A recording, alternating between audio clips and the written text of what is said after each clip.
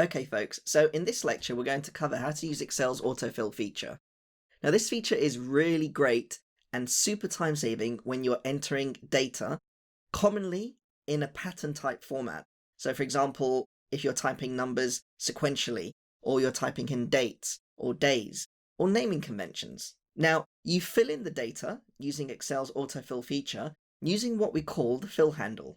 And most commonly, when you do fill in data, it's normally going downwards. You can also use Excel's autofill feature for filling cells in with formulas too.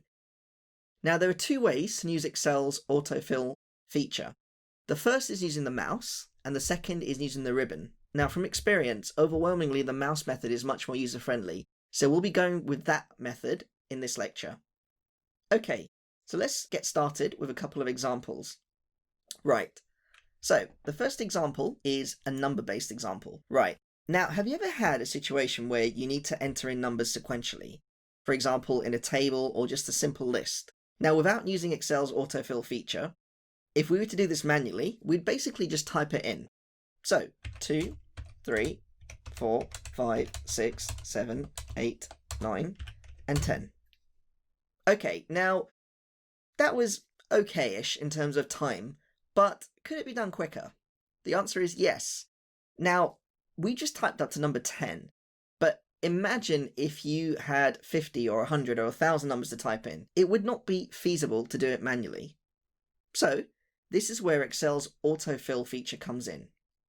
Right, I'm just going to delete those numbers that we typed.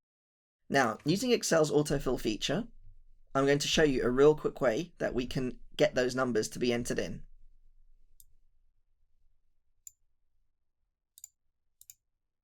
There. You see that, folks? Just a few seconds. So let's rewind and see exactly what we did. Right. Now, what I did is that I moved my mouse to the bottom right-hand square of our cell selection cursor.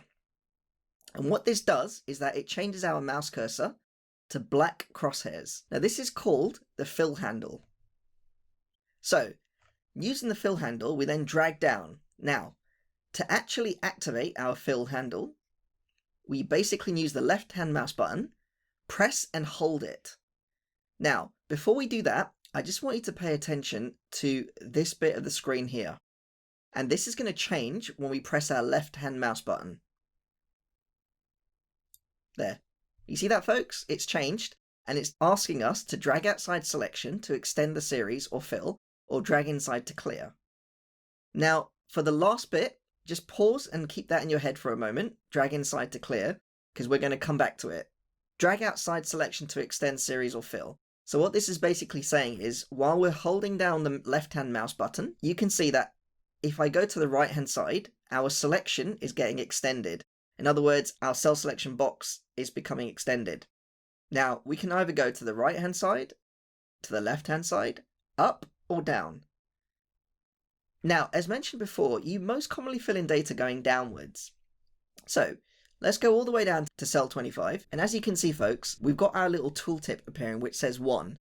So what this is basically telling us is that Excel, by default, will fill all these cells with the number 1. So if I let go of the left-hand mouse button, you can see that it's filled all these cells with 1. Now, if I just click here on this little box which has popped up called Autofill Options, we've got a couple of options.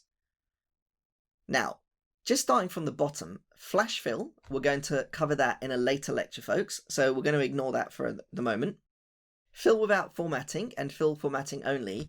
Now, again, from experience, I found that most people don't really use these options, folks, so we're going to leave that to the side. The option that we're interested in is Fill Series.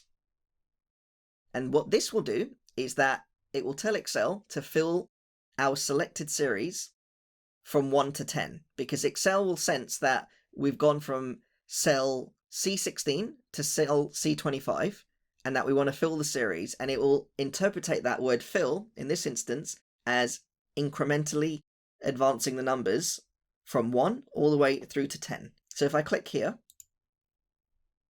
you can see that it's filled in the numbers. Now obviously, folks, because I've explained it, the actual process took a few minutes. But now that you have the explanation, you can actually go ahead and repeat it, and it'll be super quick. Just a few seconds, if not less.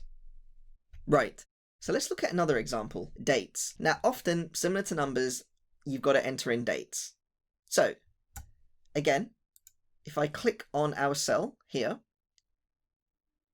using the left-hand mouse button, press and hold over the bottom right-hand side of your cell selection box to activate the fill handle. Drag all the way down. Now in this instance, folks, you can see that our tooltip is actually showing the incremental dates because Excel is sensing that we want to increment the dates. So if I let go, you can see that Excel has incremented the dates. Now again, if I click on our autofill options, you can also see Excel has given us a couple of more options in addition to the ones we had previous, and that includes fill days, fill weekdays, fill months, and fill years. Now again, if we select any of these, it will just fill them in accordingly. So, with regards to fill days, this will pretty much be the same as our dates. See?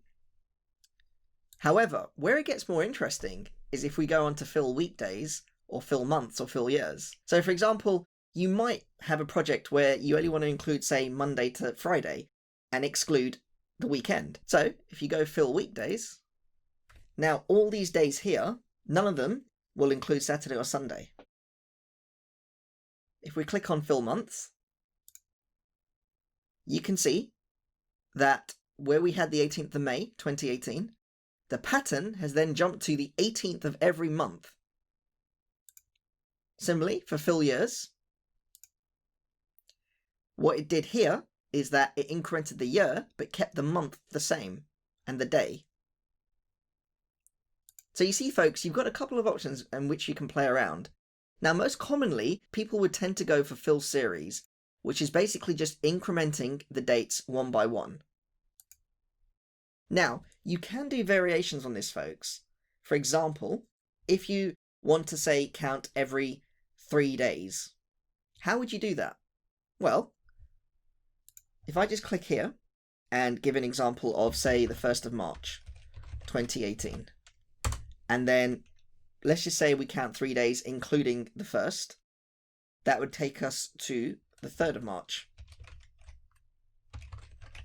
Right.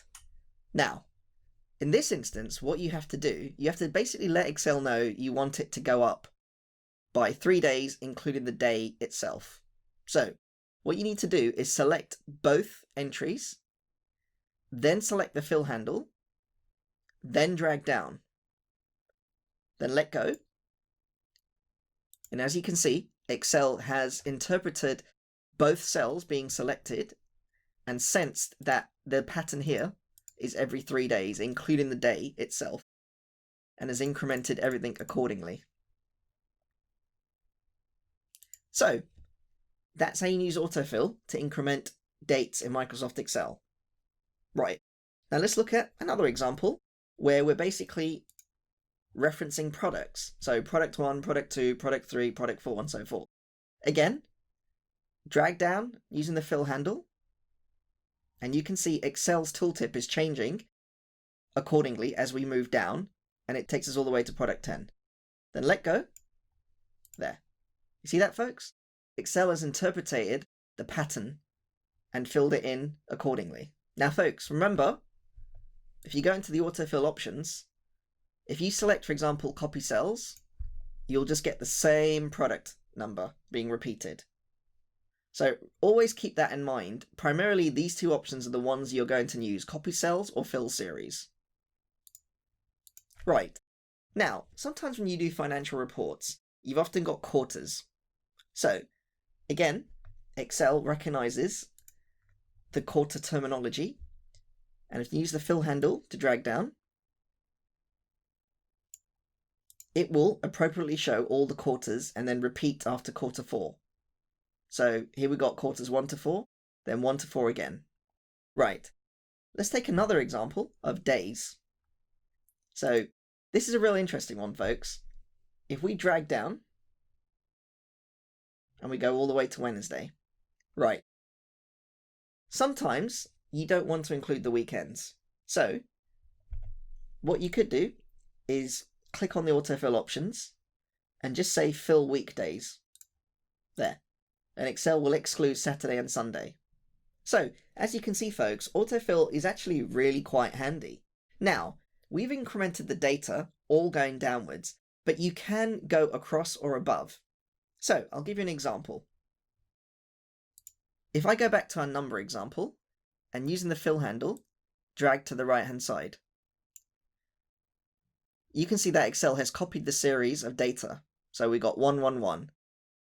If I just click on our autofill options and go to fill series, there, you can see that Excel has incrementally filled our series going across.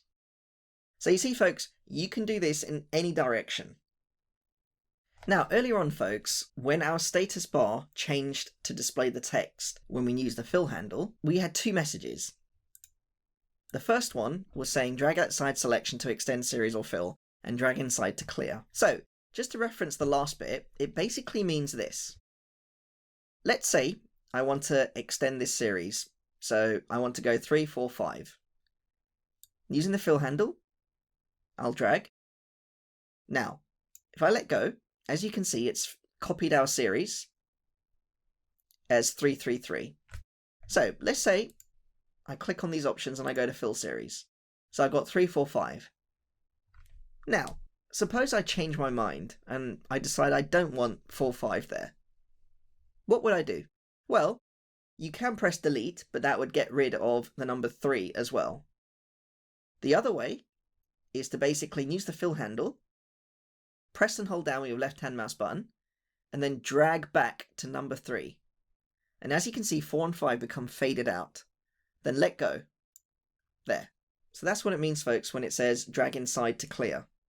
Okay, so I hope you can see just how super time-saving Excel's autofill is. That concludes this lecture. We have seen, through a number of different examples, how Excel's autofill feature can be used to either copy a series, fill a series, and of that, basically do variations of filling a series. So for example, with days, we've seen how we can exclude the weekends, for example. If there are any questions or queries, folks, please do feel free to reach out. Thank you, and I'll see you in the next lecture.